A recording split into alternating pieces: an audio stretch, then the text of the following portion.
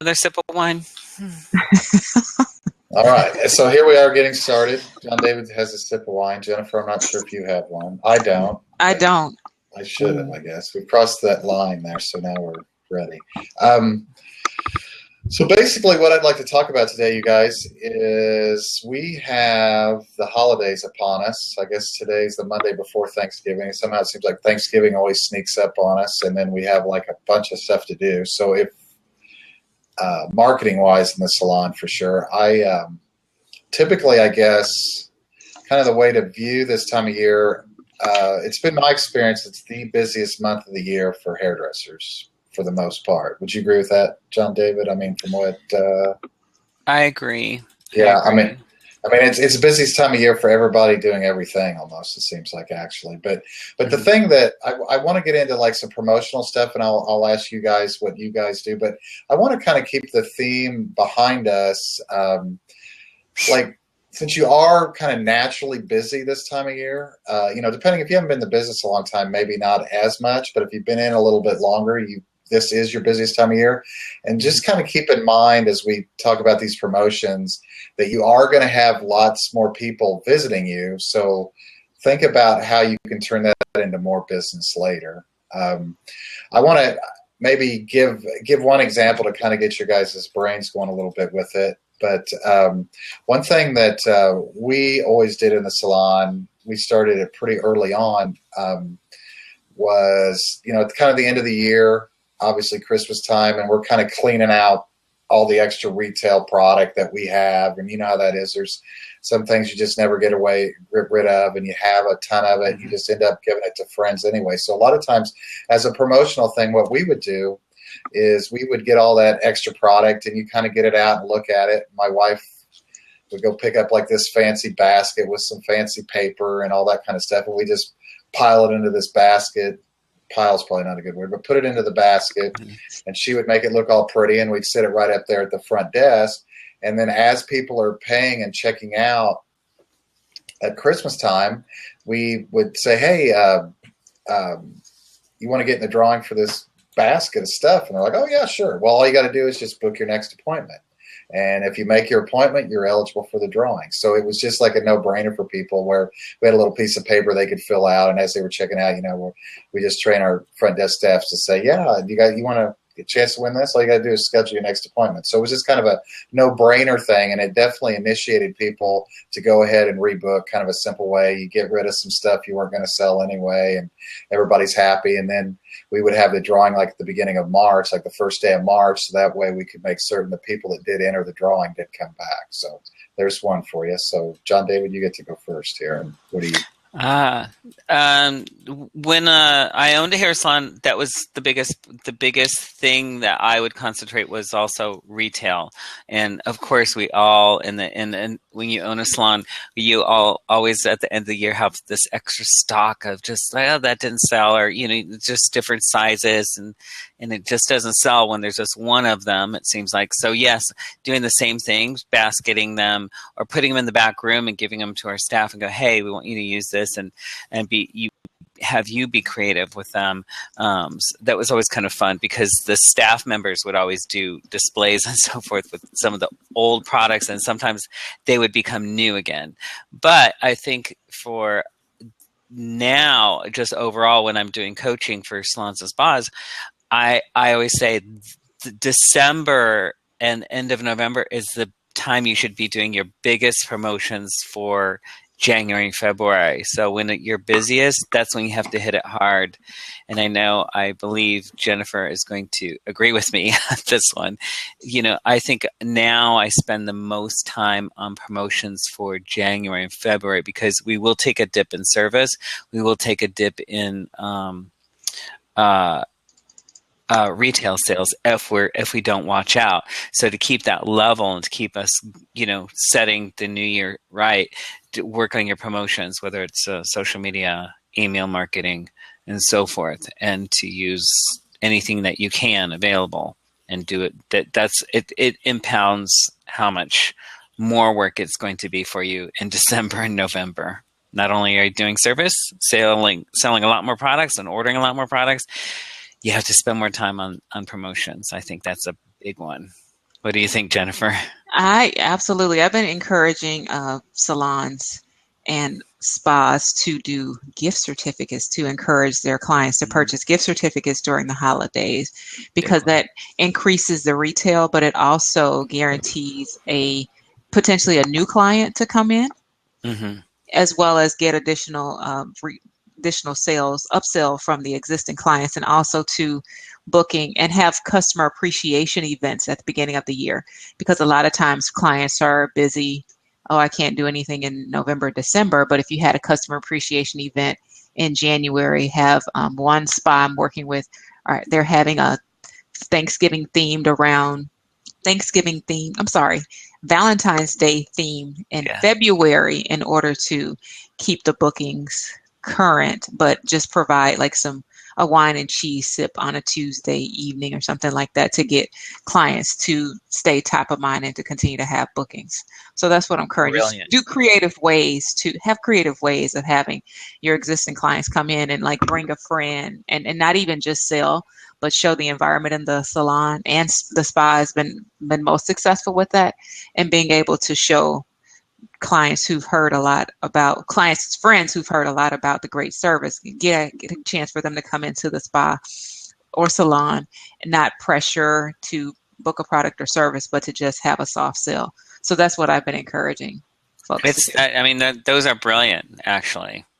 Yeah, I think like Jennifer. What do you think? I mean, do you talk to your salon and spas and kind of inform them? You know, like we talk a lot about social media year round and trying to get in front of people to let them know what we're doing. But like, would you agree this time of year is like there's so many more people in the salon, so it's kind of easier for them to market to people right in front of them than it is. You know, they kind of take a step back for people. I mean, Yes, would you agree with that? absolutely. Yeah. Absolutely, it's easier to market to people in front of them. What I've been encouraging them to do since, a couple of my clients are just starting to integrate text campaigns, and they've been getting a lot more response from that because people are like, oh, I don't pay attention to email, or they don't keep it top of mind. So to doing text campaigns, but absolutely be in their face, not be in their face but be in their face with some added value. So retail, of course, is very good, a good way to introduce new products, new services. Oh, would you like to try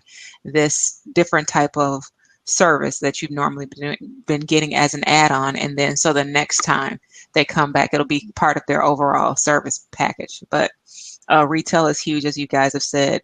And then just making sure that January, typically hair is just a big dip, very dead around the salon. So trying to keep the customers engaged, saying your hair or your facial service isn't, don't no, don't neglect what's going on. So a lot of my clients, salons have been doing what's going on with my hair. I haven't heard from you since early December.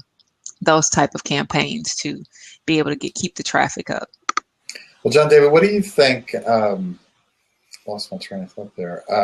As far as like, you know, she was talking about just gift cards for current clients and things like that. But what do you think about like, where are you with giving your clients gifts, or how do you reward your client at the end of the year, Christmas time, or do you do that at all? I mean, I know people kind of have varying theories on that. Usually, as Jennifer said, I think when I owned a large hair salon, it was great to have a client appreciation day in January and February that brought them in, that we could have a party, and that was just a wonderful touchstone. And I hadn't done that in like, 10, 15 years. And, but I think that's just the most valuable thing that you can do.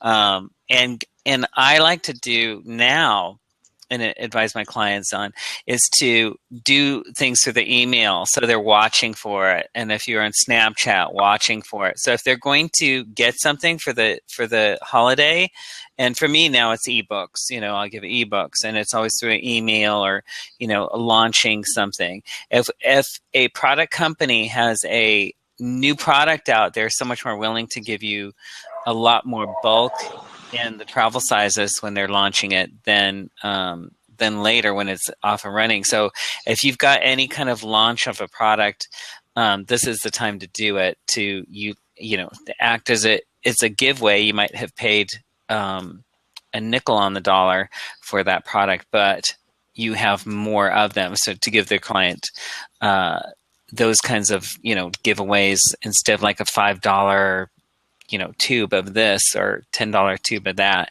Those are expensive, and I don't think any of us can afford that anymore. But get the product companies, if you're going to actually give a physical thing away, to get those product launch type things in December, or to give away in December, even though you've been holding on to them for maybe a couple months. Right. Yeah, because think ahead. Yeah, because it seems like the large manufacturers are talking to you in September a lot of times about. I mean, it's almost like too late for that now, but think about it next year. But yeah, they're kind of good about giving the sample sizes or whatever. I think one thing that we did a lot, or when you get into the business part of it and owning a salon, or just being an independent hairdresser, I mean, one thing to think about is like your customer acquisition cost, which is a very hard number to figure, but you can kind of at least get an idea of how much a new customer would be worth to you. And we experimented with a few different times and had some, depending on some varying things. We would do, like, if you bought a $50 gift card, you might get an extra $10 gift card. So that was a way to encourage people to give gift cards to people that don't normally come into the salon, and we give them $10 bump on their next service. Because I think it's much easier to give away service, and we kind of looked at it that way. If it was a $10 for, if somebody bought a $100 gift card, we might give them $20 or $25. But it was easier to look at it that way, because when they come in for the service, typically when they did buy that, like they would buy it for somebody and they'd use the $100 card, then the customer would come in with their $20 card that they got for buying the card for somebody else. And then we could typically easily do an add-on for them or something where it would just recoup that cost anyway. So, I mean, that's another way where you can kind of make the customers feel like they're rewarded when they're trying to help you out buying gift cards for other people too. There was a promotion I did when I owned a large hair salon, and it always worked out. And it's a little controversial, possibly, but we sold VIC cards, very important client cards, and we only sold them to our top 10. Pardon me? I said only to your very important clients. Yeah. Yeah, very important. So VIC, very important clients, and we would sell them only to the top tier clients who they had a certain retail criteria they had to meet and so forth. Not that I was knowing that we were grading them on this, but we knew our clients so well, and so we would sell basically a $100 or $200, $300 card to them in January, and we alerted them in December that this is going to be available to you in January. So pre-promoted it, and all your haircuts for the year would be out the door, as long as you paid for the blow dry, you paid for the color, you paid for the highlight, and we always made money on them because people couldn't use it enough. Basically, it was a great product. I mean, that was a great sales technique that we used. It was awesome. We made money off of that every year, because half the time clients would get busy and didn't use it. It was for the ones who didn't use it, you're making the money off of.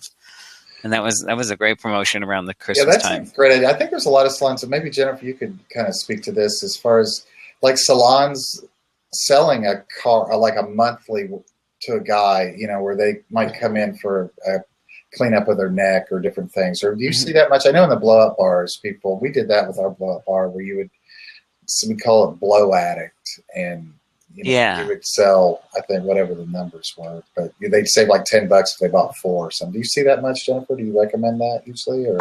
I've seen larger salons do some type of frequency promotion, and but so yes, I have seen that. What I'm encouraging them to do is, if you do a frequency promotion, make it for as an add-on. Like John Davis said, you get a free trim or a free retail product, and not necessarily a free service, because it's always just tricky of how you do that. And then a lot of salons, hairstylists, and spa owners who have frequent customers do get a larger holiday gift or a bigger tip at the time. So they often feel obligated to do something for their customers in return. So this year I am recommending writing just special notes to the clients to say, we appreciate your service, we value your business, and doing something for them that's not necessarily tied to a monetary value, but just making sure that that client understands that the stylist or spa person wants to have spa professional wants to have a relationship with them. Because it's like you said, Jeff, it is very tricky to understand what the cost structure is and how much that is, how you have to do that. And it's always typically, I've seen that the stylist or the beauty pro who doesn't have as big of a clientele feels more obligated to discount their service. And I always just encourage you don't want to get into that. So just trying to find creative ways to do things. Like last year I worked with someone who actually just gave out brushes, travel brushes to the clients. They were premium brushes, like you said, that she had gotten them from a makeup show that was going, and the product was being discontinued. But doing something like that just to show appreciation.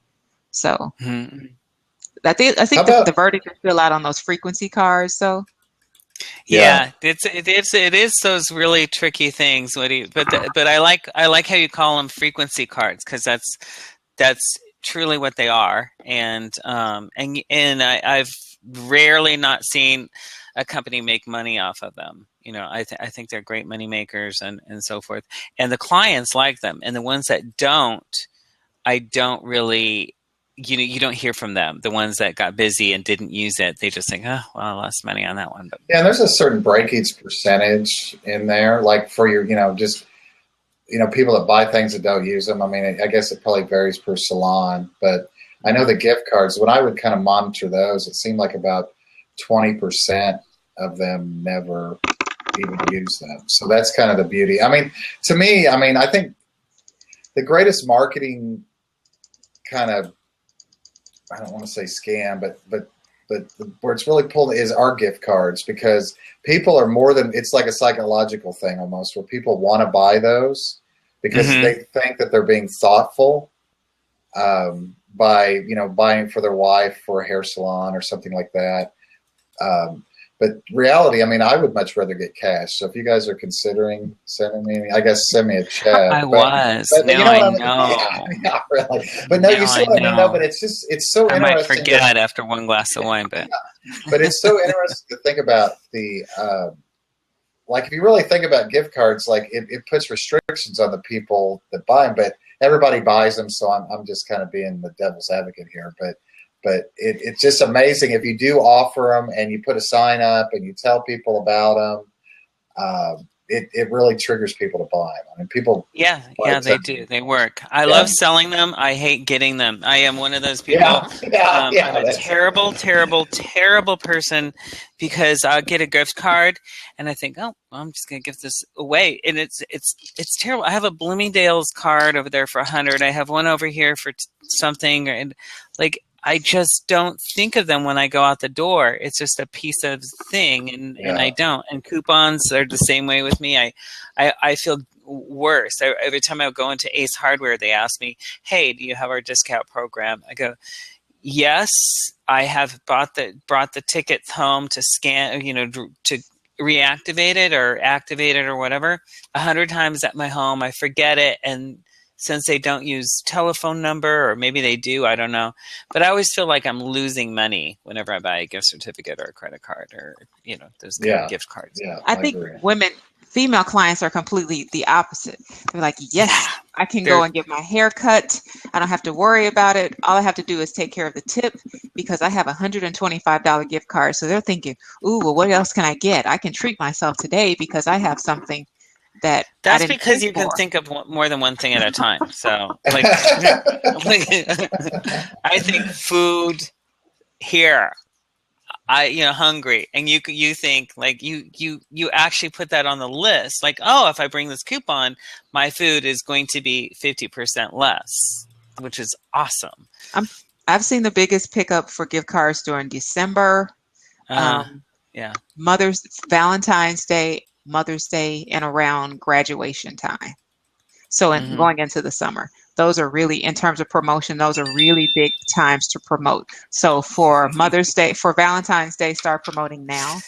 For Mother's Day, started promoting immediately after Valentine's Day, like early April. And then around graduation, prom time. Again, depend on your clientele, but a lot of people are busy. I want to give my daughter a gift card for prom or for graduation, so she doesn't have to worry about that. So we have to say hi to Jackie. Hi. Jackie, Blab's knocking her off. Blab's in beta, so Jackie says hi, and she says, She was laughing that I said the female thing about you guys being smarter, which is true, but that's okay. But Jeff, to your point, I think one holiday promotion idea is always a way to try to upsell. So like I said, you've been getting your hair cut, you want to try a keratin treatment, or you want to try a color and you don't want to do it. This is a perfect time to try that additional service, because like, okay, yeah, I feel like I can treat myself. That's just what I've seen from the primarily from the female-owned salons and spas. And I think if you're going to discount or give away anything, as Jeff said, during the holiday, I think it's awesome to give away an extra service or an add-on to the service, and that could be not so much like an expensive conditioning treatment that is costing you money, like with the vials or anything like that, but there are inexpensive treatments that you can do at the sink that are phenomenally, like they'll just take that hair from here to there, and the client goes, I want that next time, and it might be a $10 one for next time, but they'll always get it. You just increase your profit margin for the next year, both the salon and the stylist. So those typical add-ons are not so typical during the December month. And I will give you one. There's a product out there. Have you ever heard of Nexus Emergency, Jeff? Maybe. I don't. It's an old product from the 80s. Nexus. You're before my time. It's emergency with 2 E's at the end because it was a Germac Jerry Redding product, so they have to spell it wrong. And it's also called polymeric. They have it at Walgreens it's called creme de la mer or something emergency. That's not it. It's a polymer.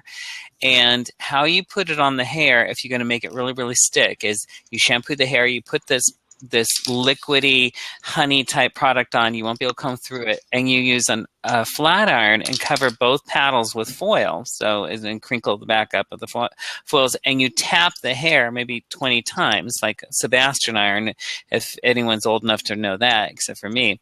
And if you just superheat up the big sections of hair, you're just grabbing the clamps and you're just kind of tapping the hair.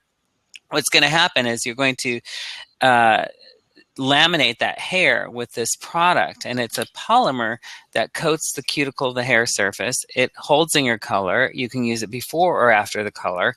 It makes the hair stronger and in diameter thicker, and it wears for about anywhere from 9 to 12 weeks. Amazing product. It's super easy, super fast, and you can use the iron trick by putting foil on both sides of the paddle and crinkle it up on the ends of the back of the paddles, and you can tap in any kind of moisturizer or conditioner instantly instead of putting them under the dryer. So you can speed up some of your conditioners that don't have a lot of activator, or treatments that don't have activator. So anyway, there's a tip. Yeah, no, that's a great feedback, because that's what just kind of Jennifer got me thinking about. When you do try to add on at Christmas time, you're like, it's kind of busy. One thing we would do, and this is just kind of a recommendation, we would go over to the beauty schools, because our salon, we kind of consistently recruited from the beauty schools, so we get a feel for the different kids at the beauty schools and kind of use Christmas time as a tryout. Because in our state, in Indiana, you didn't have to have a license yet, but you could do shampoos and some blow dries and things like that. So we would get a beauty school student or two at Christmas time to come in to work the evenings and things like that. But, that's smart. Or to that's do another, shampoos. That's another great thing. Because I think one thing that you kind of have to remember on a customer service level. Awesome idea, Jeff, says Jackie Bernardi. Oh, but yeah, keep the beauty school. Jackie's with us in spirit. We should put her right here in the I hear square. The ding, so that's good. When I hear ding, I know I've said something. Yes, Jackie. Yeah, thanks, Jackie. Because no one texts me. But the other thing on that is, you got to be really careful this time of year, not to, when a customer comes in and they're kind of like, oh my God, they're so busy, they didn't do nearly what they do. So if you get somebody, if you don't normally have an assistant, go to the beauty school and ask somebody, kind of talk around and get somebody to do some shampoos for you, because that, and then, work with the beauty school student and get them doing a good shampoo, because if you're giving that good shampoo, a brilliant idea. the good shampoos are. Thank you. I don't know if it's brilliant. It wasn't mine. I think my wife actually came up with it when we It were doesn't kind of matter. That's overwhelmed. a great Because idea I mean, because I've always not thought, only does it connect yeah, you with the beauty school, yeah, it gets someone else in there, some new blood that's yeah. happy to do Right, they're salon excited, twinkle in their in there. eye. Yeah, that the whole Yeah. just out of school or in school, and but the thing is, like, you don't want to skimp on this stuff because if you ask most people, I think, I mean, I kind of did this. So, John David, you know, and Jennifer, you probably know too, maybe better than me, but like people's favorite part of the whole service is the shampoo a lot of times, and the one way that hairdressers tend to skimp on things is the shampoo, or can be, you know, where you're extra busy and you know you got more people coming and you're just giving these quick shampoos and stuff. So it's a good customer service thing, I think. You know, now I'm a salon suite renter, so it's just me. I don't have an assistant anymore. And so I've gotten back into shampoos, and it is an amazing connection to my client now. I love it. You know, I can only book a certain amount of time. I don't double book. And it's really nice to really connect with my client. And I really ask them to put their phone away and put everything down, like no magazine, just relax into my hands. And I got them for life now because that shampoo, and I'm good at it. And since I'm not doing 10 a day or 15 a day or 20 a day, it's just 2 or 3. My hands they're always ready to go and firm. And, I'm doing the quantum touch and the breathing into my hands and all that good stuff. And, they love it, and they say this is the best thing about, they love the haircut, they love color, but it is the best thing. So at the holiday time, you just have to be patient with your assistants. Let them do their work because the client needs it more as well. Jeff, I think you mentioned something that's interesting is I've been encouraging salons and spas to not overbook.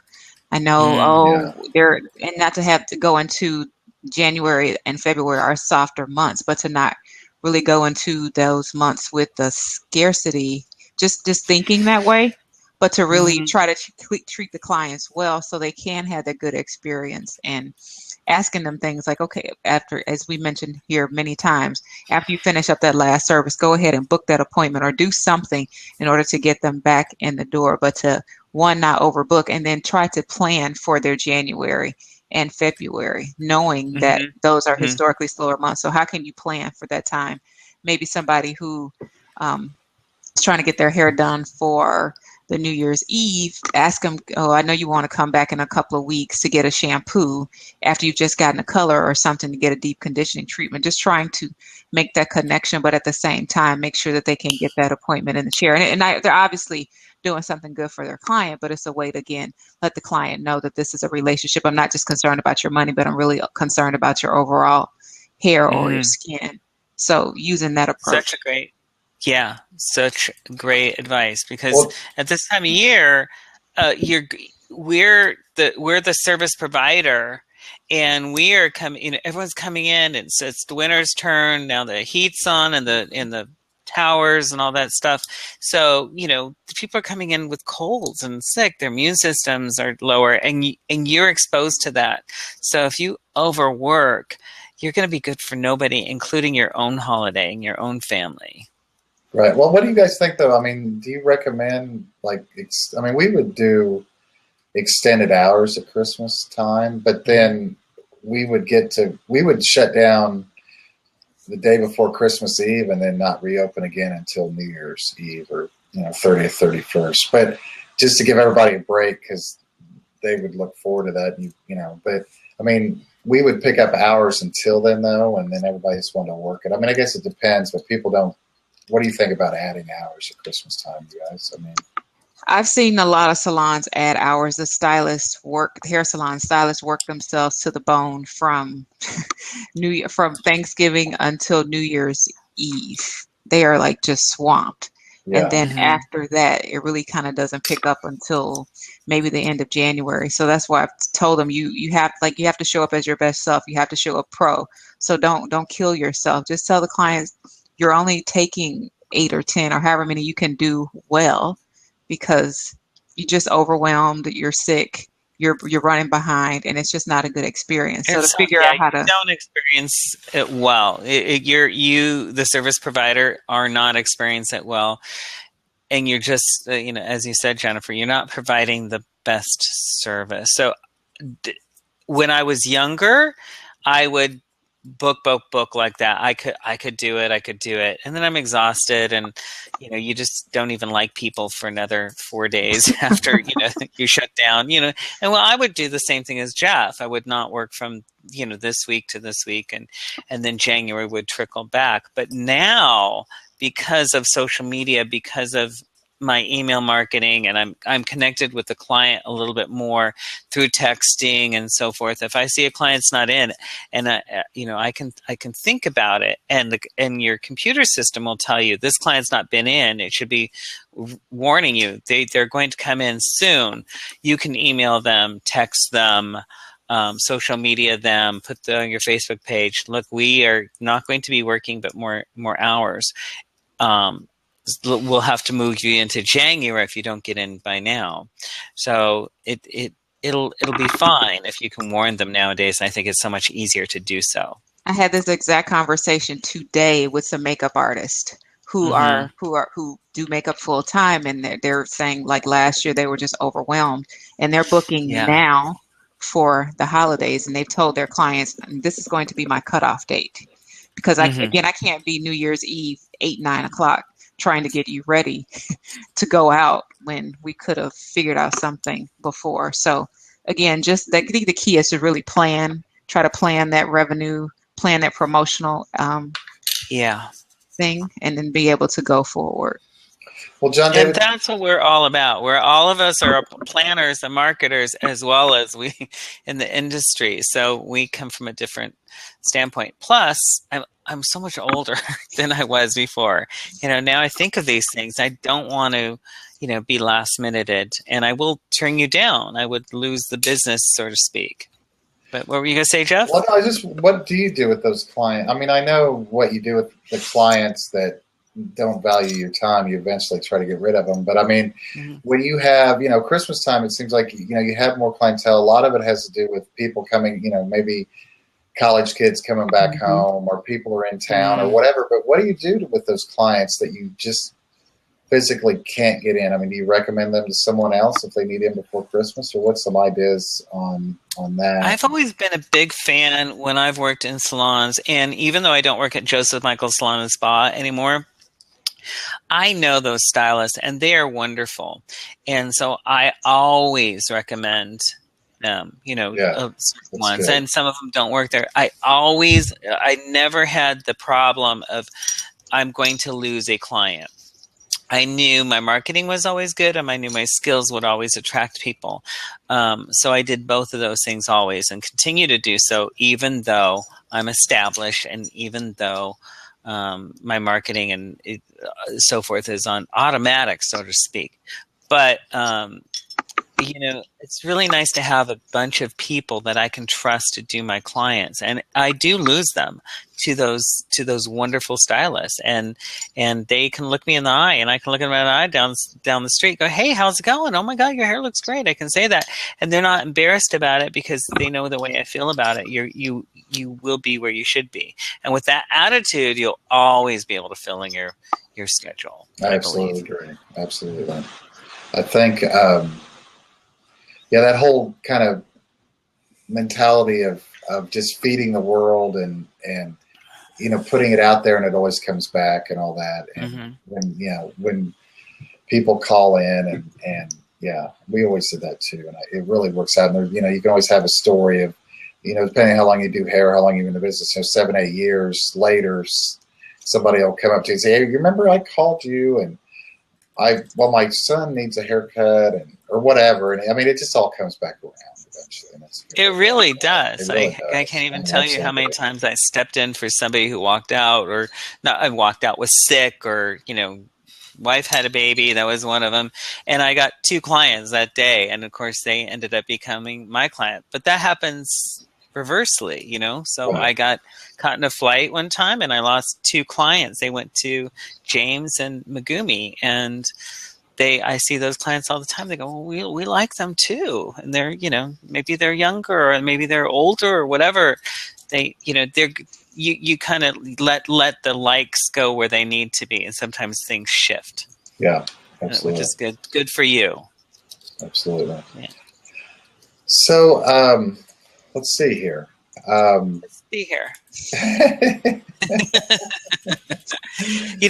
was researching holiday promotions and so forth. There's so many ebooks out there right now, because we're all in social media, the three of us, four of us, and hi Jackie, who's watching, who can't get into Blab. And there's so many promotional books out there, ebooks, and they're all good, but none of them really focus on the salon and spa industry. They're all just general that like you should be marketing at this time. You should be doing this. I think there's $548 billion more spent in the end of November to December. And that is really something to think about when you're thinking about in the salon and spa industry. Like, wow, people are their purses are open. You don't shut that for them. You don't really. I mean, if we can really make some more money during this month, and not be overworked as well. Yeah, let's kind of get in the conversation here with our time we have left. Jennifer, what do you recommend to sell gift cards, to sell more retail, or at Christmas time, to get to upsell? Like, what's, I guess, from a perspective of a salon owner, making sure the whole staff is kind of on the same page, and then as an independent hairdresser, do you put a sign on everyone's station, or what's some different ideas you would use to get the word out to the people that are coming into the salon?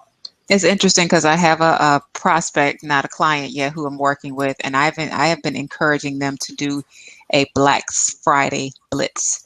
They've historically, the last 2 or 3 years, it's been very slow on Black Friday.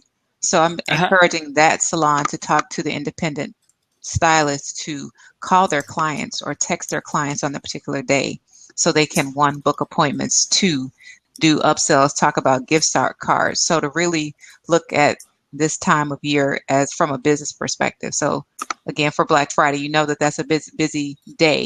That people are in the mood to start to think about holiday spending. So why not, from a service provider standpoint, get top of mind? Because people are thinking about That's a good one. People are thinking about how to take care of themselves, what rewards they want. So that's one opportunity. But also, too, I think just going into this season, the stylists and spa owners or beauty professionals really need to understand what is it that they want to get out of this time other than revenue. Do they want repeat customers? Do they want to try to upsell? Do they want to get new people in the door? So really strategize about what they want to do and then work out a plan to try to get that traffic, or not try to get that traffic into the door. And that'll be a good kickoff for planning for the next year. Big time. Promotional calendars are awesome for products, and Mother's Day is coming up, holidays are coming up, but I think we always get so busy at this time of year that if we haven't already automated our holiday, whatever we're going to do in November, December, it ain't going to happen. So whoever's watching this now, and hopefully, we'll save this video for next year, and you can be forewarned, and we'll have much more to add to it probably. You're kind of behind the 8 ball. So we start today, right this minute, this weekend, or this week, to start planning what you're going to do and what you want out of November and December, so you can keep your January and February busy. Yeah, well, I think the beauty of this, though, is this time of year, even if you're not a good planner, you're going to be really busy anyway, generally speaking, if you keep your skills up and everything. So, just kind of have the attitude that when you see people, you're going to see a higher volume of people over the next 30 to 45 days, or whatever the number is, 35 days through the end of the year. So think about that and think of ways to get them to come back in January and February, like everyone's talked about. And then next year, plan something and do even better out in front of things. I mean, depending like salon owners and kind of getting the word out and things like that. I mean, there's obviously different online techniques you can use, like run some Facebook ads kind of locally with your gift certificate options that you might have, gift card options and things like that. But just kind of concentrate and just remember there's people coming through the salon. So, get with your staff if you're a salon owner and let them know what you expect of them or how we're getting the word out, or, buy a couple, go to IKEA if one's close and they've got all kinds of cool little easel things. You can put a little card up. And we did that a lot where, just telling people what the specials are going on. And like John David and I talked about earlier, get the old product out that you haven't been able to sell and figure out creative ways to use that and get rid of that. Because again, you are seeing a higher volume of people in the next 30 days than you will at any other time during the year. I mean, it was just and I love Jennifer's idea, like the client appreciation day, to really think of what you want out of all those people coming in, to set what is it you want them to do in January and February. Set that up now and alert them with everything that you're doing. Maybe it's a new product launch coming, a client appreciation day, which is awesome. Do something with a restaurant, event, something, but start promoting it now while you have all these people in the door. So by the time you actually re-email them or re-text them or remind them in January, February, they go, oh yeah, I remember that. That was, now I want to do that. Yeah, you have to tell everybody 3 times before they remember. 3 times, or at least that, I think. But and too, like like Jennifer said, with the February promotions, and start pushing those. And that's the dating. It's not just the gifts time of year, but it's the time when people go out. And a good promotion in January to tell people about at Christmas time is like, bring your friends in for 10 friends in for our blowout party that we're going to have, and things like that, and just start and talk to them about those things. And people, they're coming to see anyway, and they look for you for advice on style and things like that. So it's really good to communicate to them what you'll be doing. They do want to know. I mean, don't be fearful of it, because they do want to know. People appreciate that. One thing about client appreciation events, they're so economical that I've seen. Like on a Saturday, you can get some coffee cakes and some juice and some coffee and tea. I mean, something that you may not normally offer, and then just blow it out. Have a time where come in 2 to 4. I'm demoing a new color system. I've been using Redken, and now I'm using something else. You get a chance to come in. You get a chance to see what the stylist is doing, what he or she normally doesn't have time or may not have time to do. So I really think that those are economical events that can happen where there's, again, it's not a hard sell. I've seen a cheese and wine event on a Wednesday, a day that may not, or Tuesday, a day that may not be busy, from 4 to 7 in the salon. Just stop in, just talk. We don't have time to talk about your hair, or typically because you might be in a hurry. So I just really think that client appreciation events are so huge. And then one other thing that I've been encouraging stylists to do, hairstylists as well as spas, but more so hairstylists, is to have themed months. January, the weather's cold, depending on where you live. Let's talk about upsells on deep conditioning. February, and just having different type of themed months where you're pushing or promoting different types of services. And that's brilliant for the stylists. It's the way we remember things like that.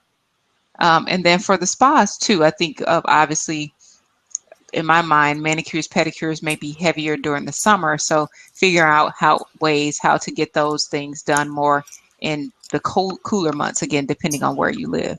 But to just use simple, easy, top of mind things where the customers can relate, oh yeah, I'm not thinking about that as much.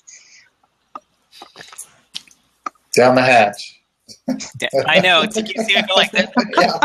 I know. It's amazing. You do yoga, you tip your head like back to the back. You know what it was? It was from one of these little Sutter home things. From I don't have any wine or vodka up in my apartment, so I ran downstairs to the salon. I want a glass of wine. So. That's They funny. probably think I'm some terrible wino at the grocery store when I buy these things, Oh, there's Jackie. because they go, Damn "Here he just buys those little things," and they're like he's not an alcoholic. it. Well, it's Yeah, I yeah. have You to see don't what look like an Jackie. alcoholic, so that's good. No, Yeah, no, the nose is only shiny yeah, because the lights are too bright today. yeah. Jackie's laughing too. She likes when I'm a bad person. See, she's a Libra. Love her.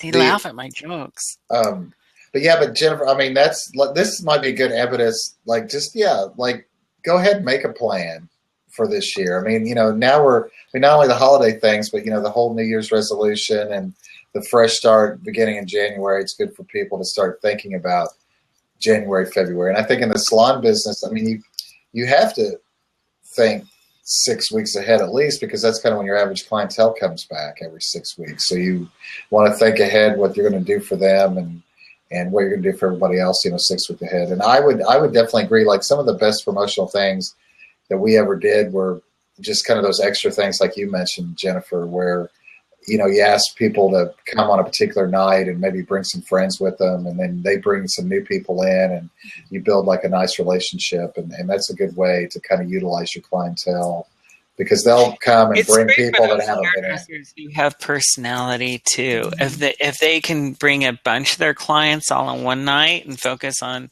maybe just one hairdresser's clients and have it be that night, it's Yeah, amazing how many people you can pop in there yeah. and I mean, and enjoy.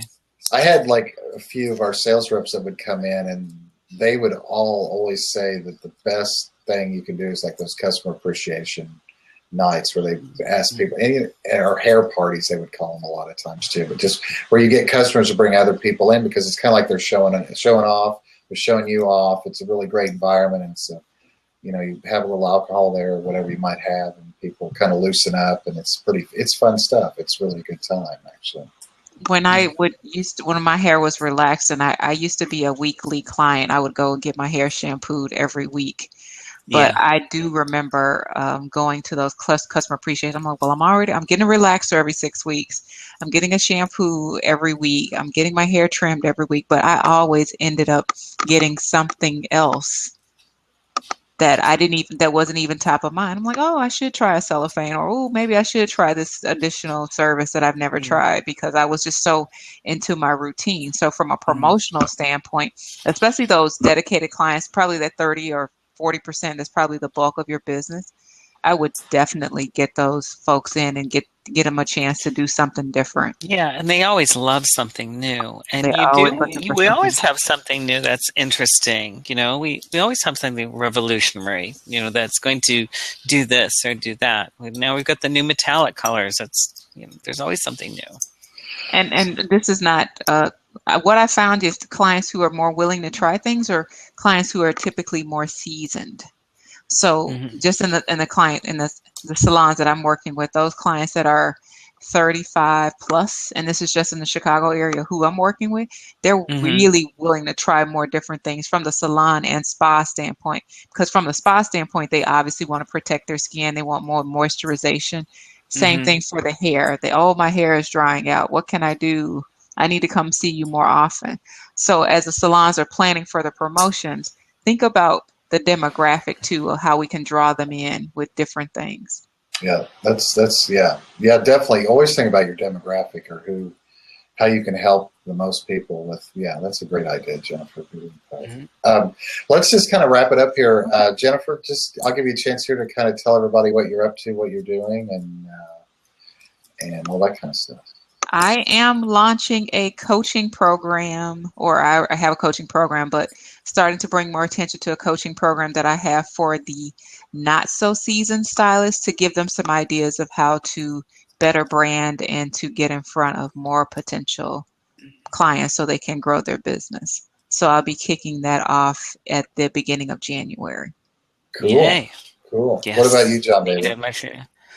I've got, I'm an author of 9 ebooks now, and so the past 3 months I've been putting out some of the most recent ones. 9. Yeah. Woo-hoo, that's awesome. So they're all great. Some of them are only 99 cents. They're all there to help the salon and spa in every industry, because even my best-selling book, Twitter for Salons and Spas, that was aside from the Mafia Hairdresser book, of course, it's been read by every industry because people, understand that the hair, salon, and spa industry, and we all know we deal with retail, we deal with seasonal sales, we deal with customer satisfaction, we deal with employee satisfaction and retention and acquisition.